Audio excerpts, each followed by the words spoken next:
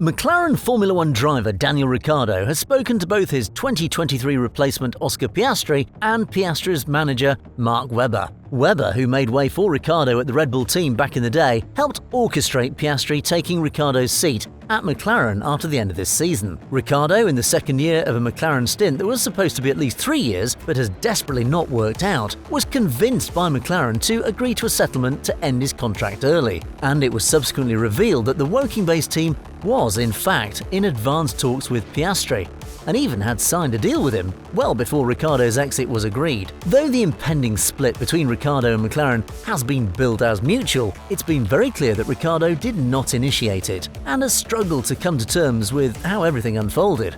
He acknowledged on Sunday that it'd be naive to suggest he hadn't been negatively affected, but he made it clear that he had no ill will towards Webber or Piastri, who both happened to be fellow Australians. Asked about a meeting with Webber in the Zandvoort paddock, Ricciardo said, we hadn't seen, obviously, each other in person since it all went down. He wanted to basically just, I feel he didn't need to, but he felt like he wanted to, in a way apologise and try to just see how I'm doing. And obviously, I know how this sport is, it's nothing personal to me, and he wanted to make sure I knew that, and understood that, and just to make sure I felt okay. And he feels really bad, obviously, how it's gone down.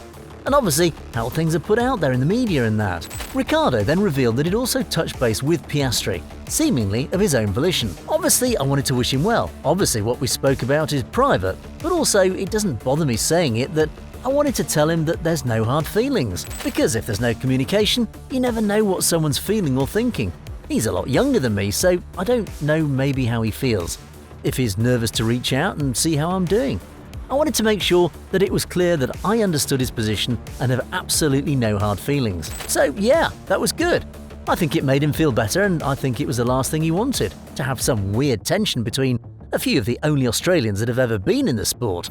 And I'm glad that we've done that. Ricciardo, whose future in F1 beyond 2022 looks uncertain, also indicated that he'd have no qualms supporting Piastri going forward. I understand how this works. He's trying to make it. He's trying to get to Formula One.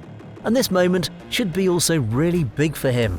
And I don't want to make it a bad situation for him. And that's that. It's nothing personal, so that's all the conversation was. And I truly do wish him well, I want him to have a good run in Formula One. So what do you think about Ricciardo's future in F1? Let us know your thoughts in the comments below.